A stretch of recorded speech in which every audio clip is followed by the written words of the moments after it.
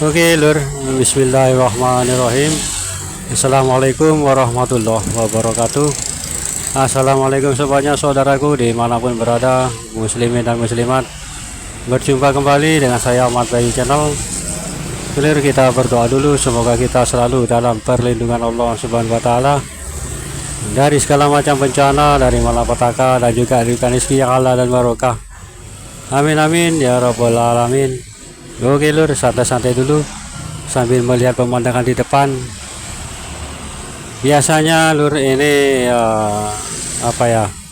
di bulan-bulan besar seperti ini, dalam video saya kemarin ya kan, kata orang Jawa itu bulan besar berarti bulan haji ya. Bulan haji ini insya Allah ini akan ada suatu petunjuk yang besar nantinya lur, entah di waktu-waktu ibadah haji puncaknya ini nanti Allahu a'lam, tapi insya Allah akan ada sesuatu yang besar seperti itu nantinya lur, karena waktu di baiat ya, di baiat memang tidak disebutkan musim haji atau tidak. Waktu di baiat itu beliau sedang tawaf gitu loh, sedang tawaf, beliau kan dikejar-kejar oleh pasukan gitu, dan beliau kan melarikan diri ya. Mungkin tahu ya kisah hadis Rasulullah ini ya kan, supaya kita ada yang mengetahui, jadi nggak ada salahnya saya ceritakan kembali ya tentang dikejar-kejar oleh pasukan, dan pasukan itu banyak yang seluruhnya mati itu loh, ditenggelamkan oleh Allah, dan hanya yang tersisa satu itu untuk menyampaikan kabar berita ini kepada yang menyuruh kerajaan atau apa gitu loh, entah di sebuah kerajaan atau sebuah negara yang menyuruh untuk memburu beliau seperti itu. Jadi tinggal tersisa satu dan mengabarkan kepada komandannya atau posnya lah, kalau beliau ini berlari ke kota Mekah, mungkin ke kota Ka'bah, dan kabar itu tersiar kabar ramai ya kan di kota Mekah, akan ada pasukan dikejar-kejar, dan para ulama di situ pun menunggu apa, mungkin ini yang dimaksud Rasulullah soal Imam Mahdi ini kan, ceritanya kan dikejar-kejar pasukan, dan beliau Imam Mahdi ini lari ke arah kota Mekah, dan tepatnya mungkin sedang tawaf, yaitu di Ka'bah, depan Ka'bah tawaf ya kan. Dan ada yang mengenali ciri-cirinya, beliau seorang ulama, 9 ulama atau berapa itu loh, beliau ini 9 ulama. Ditanyakan dan dipaksa kalau beliau ini mau dibaiat gitu loh, karena beliau ini yang disebutkan Rasulullah ciri-cirinya seperti itu, sedang melarikan diri, dikejar-kejar oleh pasukan.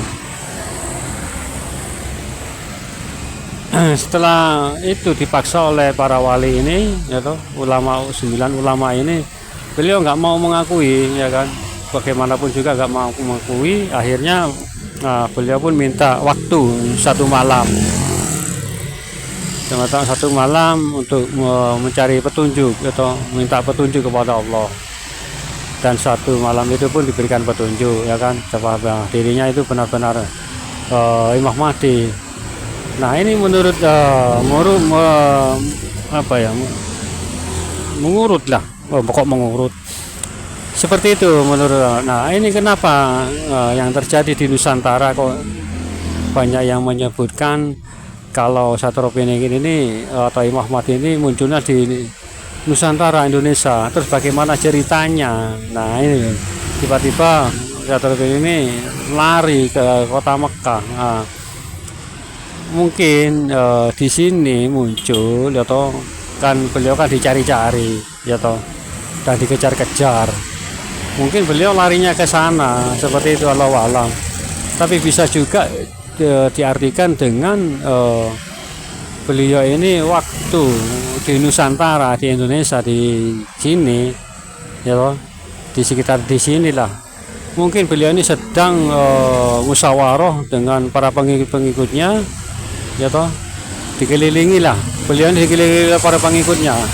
Bisa juga diartikan seperti itu. Kan namanya Ka'bah kan, tawaf kan mengelilingi Ka'bah selama 7 kali kalau nggak salah, ya toh. Oh, saya belum pernah naik haji. Setelah apa ya, mungkin itu yang dimaksud, bisa diartikan seperti itu lur. Kalau alam bisawab ya. Waktu beliau dikeliling oleh para pengikutnya, mungkin atas suatu pasukan yang besar yang menunggu di luar sana, ya toh. Bisa juga diartikan seperti itu. Nah, ini merunut dari sebuah hadis juga. Ya, kalau Imam Mahdi kan keturunan dari Rasulullah, ya toh, berhidung mancung, ya kan, berdahi lebar. Nah, yang dimaksud berhidung mancung itu kan bisa diartikan beliau itu merasakan semua yang ada di bumi, yang ada di dunia, dan hidung dahi yang lebar. Nah, itu bisa diartikan juga dengan pemikiran yang luas, seperti itu lur. Kan banyak kan sekarang orang-orang itu dahinya lebar, ya kan.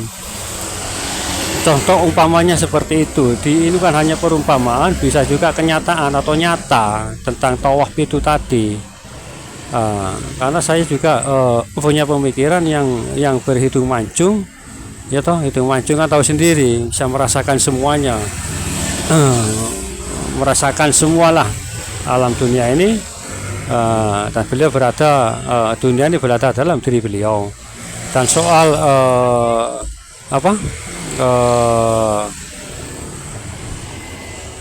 yang apa itu tadi yang saya sebutkan, maaf konsentrasi terputus loh barusan, yang berdahi lebar. Nah, berdahi lebar itu bisa juga diartikan pemikirannya luas, gitu. Seorang pemimpin kan seperti itu. Nah, jadi bisa diartikan demikian lah, ya kan. Beliau dikejar-kejar di kota Mekah, ya, atau apa-apa, ya, bisa pengertiannya seperti itu. Allahu a'lam bishawab, hanya Allah yang tahu. Dan juga mudah-mudahan di sinilah tempatnya, Allahu a'lam juga, ya kan. Karena di Nusantara ini banyak sekali sebetulnya lur. Kan tahu sendiri kan, waktu saya sampai lupa lagi nih berapa nabi, ya kan. Ratusan 124.000 lebih nabi, dan hanya beberapa yang nabi dan rasul. Sebetulnya ini banyak juga rahasia yang disembunyikan di Nusantara ini, ya kan. Di Nusantara ini banyak loh yang disembunyikan, apalagi apa saja. Bahkan saya menurut keyakinan saya sendiri, ya, kalau di Nusantara ini juga banyak nabi seperti itu lur. Nabi-nabi itu mungkin, gitu.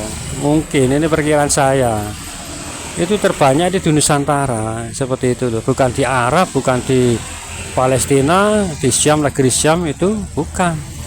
Saya berpikiran di Nusantara inilah banyak nabi seperti itu. Bahkan, nah ini dalam video saya sebelumnya pernah menceritakan Allah menciptakan Nabi Adam itu kan dari tanah, dari lumpur. Nah, tanah ini yang diambil, mengutus malaikat Jibril, dan malaikat Jibril ini mengambil tanah itu di Nusantara lur. Sebetulnya ini memang banyak dirahasiakan, gitu loh. Oleh hari sejarah nggak disebutkan, memang di Al-Quran ataupun hadis kan tidak disebutkan. Karena kenapa? Karena itu tadi, jika ini mungkin ini lur, apa yang saya rasakan kan, banyak nabi kan muncul di sini, terlahir di Nusantara. Jika demikian kan berarti pemimpin akhir zaman kan memang di sini. Nah, itu berpikiran seperti itu. Nah, orang-orang yang membenci beliau kan banyak. Perburuan itu sebetulnya banyak terdapat di sini lur. Maksudnya perburuan itu mencari beliau itu diburu. Untuk apa? Untuk dibunuh itu tadi. seperti ya di film Terminator lah, wis itu istilahnya seperti itu, contoh sederhananya. Nah, kan walaupun kita Nusantara ini orangnya pendek-pendek, ya kan,